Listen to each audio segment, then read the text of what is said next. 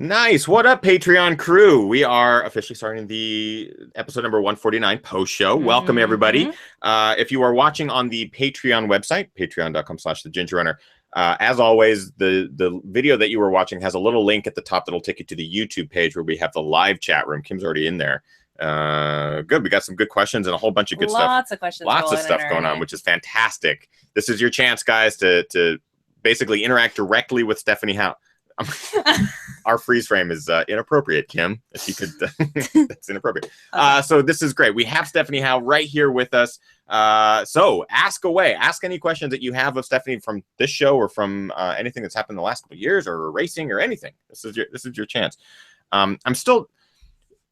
What is your degree in, Stephanie? I wanted to know. Is it physics? Is it physiology? Is it human chemistry? What is it? It's nutrition and exercise physiology. That's right. So that was your reasoning for wanting to stay awake during the surgery, because it probably you had to study anatomy and all sorts of human. Oh, totally. But also that's just what he does.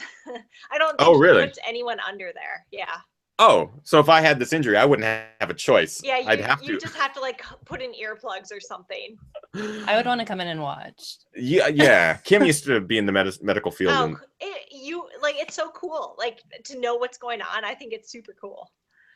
I have a scar on my finger from when I was a kid where a pocket knife closed on it and got down to the bone. And it was an emergency, like, got to get stitches. And I was a kid. And I remember all I had to do was hold my hand like this. And the doctor was doing the stitches. But I could feel the tugging. Oh, yeah.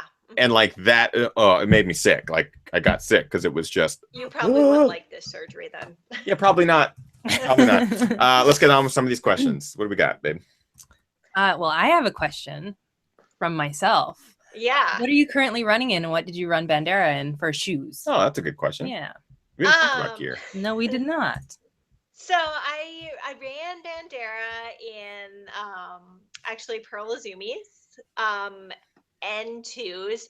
I have a really narrow foot, so they fit my foot really well. Mm-hmm. I train in the North Face Cardiacs and Ultra Trail, but I'm still like trying to figure out like what's going to be the best shoe to support my foot. So, yeah, because do you have like a specific fit that you'll need around the ankle? Is there scarring and stuff?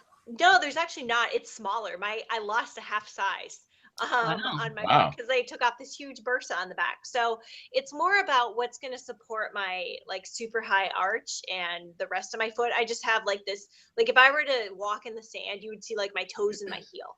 That's how high my arch is. So, and I don't know if that's related to Achilles stuff, but at this point I'm just like, I'm not taking any chances. So I'm going to wear shoes that work really well for me. That's good. And I was also curious. I should have asked this during the main show, but this is great for the Patreon supporters because it's a lot of the behind the scenes kind of stuff. But dealing with a brand like North Face, which is huge, do they take input from athletes? Like, yes. Do they have you trying on trail shoes and stuff? They definitely do. And you shouldn't have asked this during the show because I would have wanted to talk about my shoes. So yeah, and North Face, like those are the shoes I should be wearing. They do take a lot of input from us, but shoes are a little bit more difficult, I think, to take everyone's feedback and put into a shoe. And they've done really well with that. Like Rob has a shoe, but my preferences are a lot different than a lot of other people on the team, just with the shape of my foot. So I don't have a Stephanie shoe yet, but maybe that's in the, the runnings for 2018 or something. But yeah, they, with most things, they do take our input and try to, put our feedback into the shoes. Got it. I was curious about that. Well, you keep looking at me. Because there's a lot of stuff happening in the chat room about a rumor that's been happening for about the last 6 months, according to the chat room, that perhaps you have a nipple ring. Where the hell that? They're calling you Ethan Party Boy Newberry. There's a whole. I think it's 3 dudes that just are desperate to see my nipples. I do not have a nipple ring. That's not. I don't know. That is not how I party. My party is different than piercing nipples. My party usually involves a bottle of some sort that has beer inside of it. But I appreciate the concern. I need to get that out of the way. I could tell. Well, Stephanie, I'm like listening to Stephanie, like, okay, yeah, but I feel your eyes piercing the back of my skull. I'm sorry, Stephanie. We're pulling the show. Okay, this is entertaining. Stephanie, I don't have a nipple piercing. Okay. But yeah, let's get more questions. More questions besides nipple piercing for Stephanie. Question from Miriam. What was your aid station strategy to get in and out of there so quickly? Good question. I tried to keep it simple and had my crew dialed in, and she knew I was supposed to get in and out. So she would see me coming and she would say, like, I told her, I have to pick one of these offerings that you have. And she would say, Snickers or payday. I would say Snickers.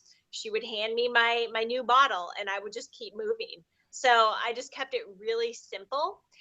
Instead of giving myself choices and like looking through and be like, do I want a gel or blocks? It was like, no, here you go. This is your stuff. Keep going. It's really fast and efficient. Yeah, it was good. we hear all the time that people either do like preset bottles or like they'll switch a pack. So if it's a pack scenario, they'll have one pack loaded and have a second pack that's preloaded.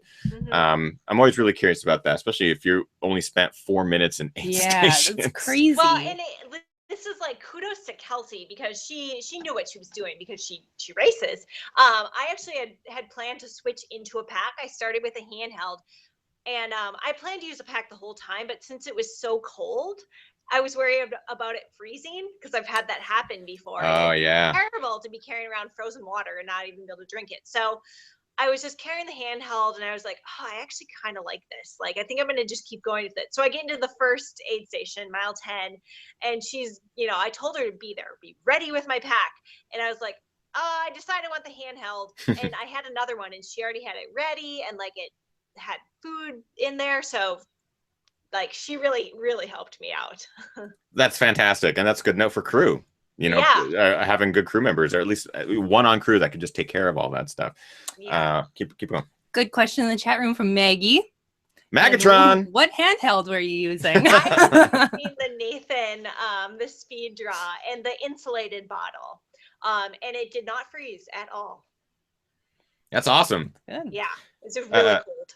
Maggie Gooderl, also former guest of the show and works at Nathan and is just an awesome athlete, just a badass. I had a feeling she would be dropping by tonight and asking some gear questions. She's been super helpful. What else we have? Besides nipple ring, they want me to take my shirt off and that's terrible. That's not how this show works. I'm going to have you guys keep coming back week after week until you find out the real answer. All right. Question from Elena in the chat room. What were a few things that you wanted in the pack, in your pack design? Well, I wanted big pockets in the front so that were easy to access. Because like any race really, I was going to say for UTMB, I like to carry a lot of different food, like my own food. I don't like to rely on aid stations. So there's really big pockets in the front that can fit the food and then also that aren't jostling around. I wanted to be able to reach my hand in there. That pocket right there, the zipper, that is for a phone, and it fits in there without bouncing. And I think one of the earlier versions, we just had a pocket up there without a zipper. But that zipper keeps it secure. There's also, I think, a whistle in there, already built in.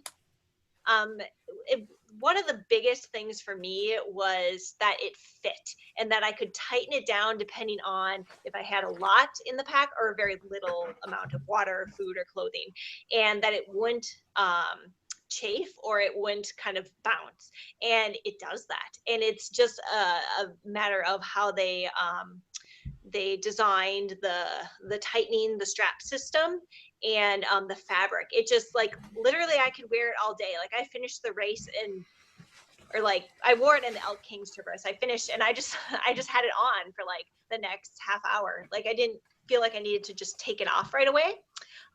So it doesn't move around and it just the fabric feels really good. So those are really important things to me in terms of functionality. Yeah, and I mean, as soon as I took it out of the bag, I think the very first thing I did was try and put my phone in that zipper pocket. Yeah. So I do the same thing. So that's good. Yeah. And then you also mentioned the bounce issue, having the pack either empty or full. And I've had another brand tell me that I could reduce the bounce by filling the pack fuller. And kind of defeats the purpose. You're not always going to have a full pack. So that's exactly all this stuff is like really good to hear. And that particular one, you can have bottles in the front or a 1 liter bladder in the back. So you could do either. Yeah, and that's, you know, something, obviously, again, we'll do full reviews that talk about positives and negatives and all that stuff. But one thing that I really liked initially, and this has been my biggest pet peeve with every pack that I've tried, other than the Solomon packs, is that the tightening system and the buckle system it's static. It's essentially static webbing that just you tighten it to one thing and it just doesn't have give. So if you have to breathe or anything like that, it doesn't have give. Both this and the Krar pack have it built in, which is so nice because the webbing, which is static webbing, is built into fabric that stretches. So the whole thing actually adapts to the body. And that is a success. That is awesome. Like, it was the first thing I noticed, and the first thing I was like, okay, we can move forward. Like, it's really good. Gonna love them. Yeah, we're already pretty hyped on them. Any more questions real quick before we let Stephanie question from eat her almonds? Charles. What's Stephanie's favorite post-race indulgence? So I like, food to me is like, I eat all food all the time, but my favorite thing after a race is everything salty and fat. I don't want anything sweet. And probably my favorite thing is a burrito, guacamole, and a beer. Best thing ever. I think we could agree with that. Yeah, actually that sounds really good. Like right now, and add pizza in there, and then I'm good to go. Let's do one more question. Yeah, question from David Swinburne What's in up, the chat room. What's your favorite ultra race? Oh my gosh, that's so hard. I mean, each one has such a different kind of draw or charm to it. But I would have to say the one that means most to me is Western States. And partially because how I learned about it, I guess. I just gotten into ultra running, and Megan Arbogast and Craig Thornley, those were like the people who were around me, and they just, they live for that race. And, then I started to learn more about it, and I just thought the history was so cool. And then it was my first 100. So I think it's my favorite. Awesome. And that definitely hits a heart chord with the viewers and us. And yeah, there's always a lot of people that have a good connection to that race. Stephanie Howe, thank you so much for taking the time out tonight to join us and to even doing this post show. And our Patreon supporters are huge fans, and they are very appreciative of you taking the extra time. Relax. I know you're up there probably for work, so relax, get the sleep, and thank you for traveling today, but also joining us on the show. We really appreciate it. Thank you so much. I'm honored to be on the show, and thanks for moving it back an hour for me. That's no problem. Absolutely. And please come back. We will have you on whenever you want. If you ever want to just come on and just rant about something, we'll have you on. Maybe we should have a nutrition talk sometime. That would be a fun rant. Yes. That was something I wanted to talk about on our first episode that we had you on long time ago. We can absolutely do that because that's something that this year I'm focusing on more. I kind of let myself go in 2016, and I think 2017 is the year that I kind of want to get my shit together. So I think that's great. We'll definitely get you back on. Thank you, Stephanie. Thank you. Have an awesome night. You guys have a good night. So I'll just let you click the little hang up button and we'll say goodbye. Cool. Bye. But Patreon supporters, if you are still watching live, please stick around because we just want to make sure that we thank you guys. Go show Stephanie some love on social media. Obviously, she's so sweet, so nice, and she's been trying really hard to make this show work. Like last week, she's like, I want to be on the show. We were going to get her on last week, and then a scheduling thing came up. Our Snowmageddon happened last week also, where she was. So she was really apologetic, and so we made it happen this week, and she's just been very flexible. So please show her some love on social media just to thank her being on the show and stuff like that. And thank you guys again for supporting us on Patreon. We week after week and month after month, we'll continue to thank you guys for helping our dream essentially become a reality. And as we continue to grow our channels and our brand, it'll hopefully grow and grow more across the globe. We have lots of really great ideas for this year, things that are fleshing out, and it's going to be really exciting. First kind of announcement, I guess, is more solidified details regarding the East Coast tour of A Decade On, starting on February 9th, I believe, is when I'll be flying into North Carolina, and we will be doing the 9th, 10th, 11th, 12th, and I believe the 13th. We will be doing dates in the Southeast, ending in Nashville. Monday nights, was that February 9th? So 10th, day before 11th, 12th, Valentine's 13th. Day. Day before Valentine's Day. I think. Yes, because I'm flying back on Valentine's Day so I can be with my wife. Nobody likes Valentine's Day. On the Monday, which I believe is the 13th, we will be doing a live Ginger Runner Live in Nashville, I believe from the Fleet Feet there in Nashville. And again, more details will be announced, but I would love to see you guys at some of these Southeast locations. If you live anywhere in the Southeast, they're going to be more of the bigger cities, it looks like. Carborough will be one of them. I believe Athens is going to be one of them. Nashville will be one of them. I have some of those actually right here. Let me see if I can pull them up just to see if I have cities. Yeah, Athens, Chattanooga, Carborough, Nashville. And I think there's one more that I'm missing because that's only 4, and I think we're going to do 5. Tim is asking, is that when Barclays is going down? No, it's a different trip. Different trip. We are taking the movie A Decade On that we created following Brian Morrison's return to Western States last year, and Brian and I will be touring the Southeast for 4 or 5 days. And we'll be doing group runs, and we'll be doing meetups with the movie. We'll hopefully have beer and food and all that kind of good stuff. We're very excited to do this finally, because I have never been to the Southeast other than the Tennessee for Barkley last year, and that was a interesting experience. But we will be going back to Barkley this year. This is a separate thing, and unfortunately Kim will not be joining me, but it will be me and Brian Morrison. Kim and I are looking at possibly doing something entirely different later in the year, where we come more towards the Northeast and be able to do maybe a couple destinations where we do group runs and meetups and stuff like that. So less movie involved, but there might be some movie elements, just not A Decade On, because I want to release A Decade On like ASAP. I want it out there. I want you guys to enjoy it if you haven't already seen it. So nobody knows where Carborough is. I actually don't either, to be honest with you. I think it's in North Carolina. I think they're Googling it. They're finding it. One thing I do know is that the East Coast, if something is in North Carolina, there are ways that you can drive there, because everything's like it's not a little bit closer. 3 big states, right? Yeah, like a bunch of because it's the West Coast. If someone were to say, "Hey, we're doing a show in Portland," I'd be like, "Well, that's a full day flight and it's a multi-day drive. There's no way I could go." But if you're a state away, then hopefully we are able to get into locations where we can get as many people to the central hubs as possible. What's funny? Maggie's yelling at me. What is she saying? Is she just mad that you're not coming? Beast Coast. Yes, finally we get to come out to the Beast Coast. Brian and I, Kim and I will be out for the Beast Coast. Well, is Tennessee considered Beast Coast? I don't know if it's I would say no, East. But I don't know. Maybe Tennessee maybe is Midwest. I'm Canadian. I don't know. I'm American. I don't know. I don't know. All right, that's gonna wrap up the post show, guys. We really appreciate you again. Yeah. If there's any questions or anything like that you guys want to continue to ask, you can drop them onto the Patreon post of this live show. And it sounds like you guys are really enjoying the Patreon Facebook page as well. Oh yeah. So yeah, keep the conversations going there. I think Lori was saying that she's spending too much time there. I think it's great. It's really cool to see what's happening there, and you guys are kind of coming together as a community and finding a place to chat and share your photos, and we love seeing that too. We opened it up to $3 and above levels. There is a private Facebook group just for you guys that is essentially a lifetime membership, which is pretty neat.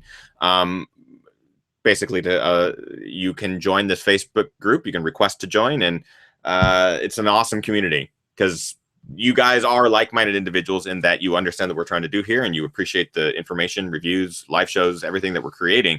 And by supporting us, you guys are all a community by default. And what we found out pretty quickly is you guys are a badass community. All levels, all abilities, different stories, backgrounds, journeys, but everyone is so helpful for each other, and it's pretty damn awesome. So there's the Facebook group for the $3 level and above, and it's been amazing to watch it blow up.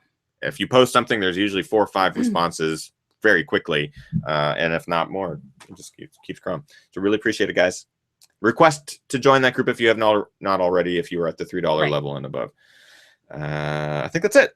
I think that's it. Cool. Thank you guys for supporting, and thanks, thank you guys. for checking out Ethan's channel and my channel as well. Yeah, if you haven't already, subscribe to youtube.com/milelonlegs. Kim is hard at work creating new videos every week.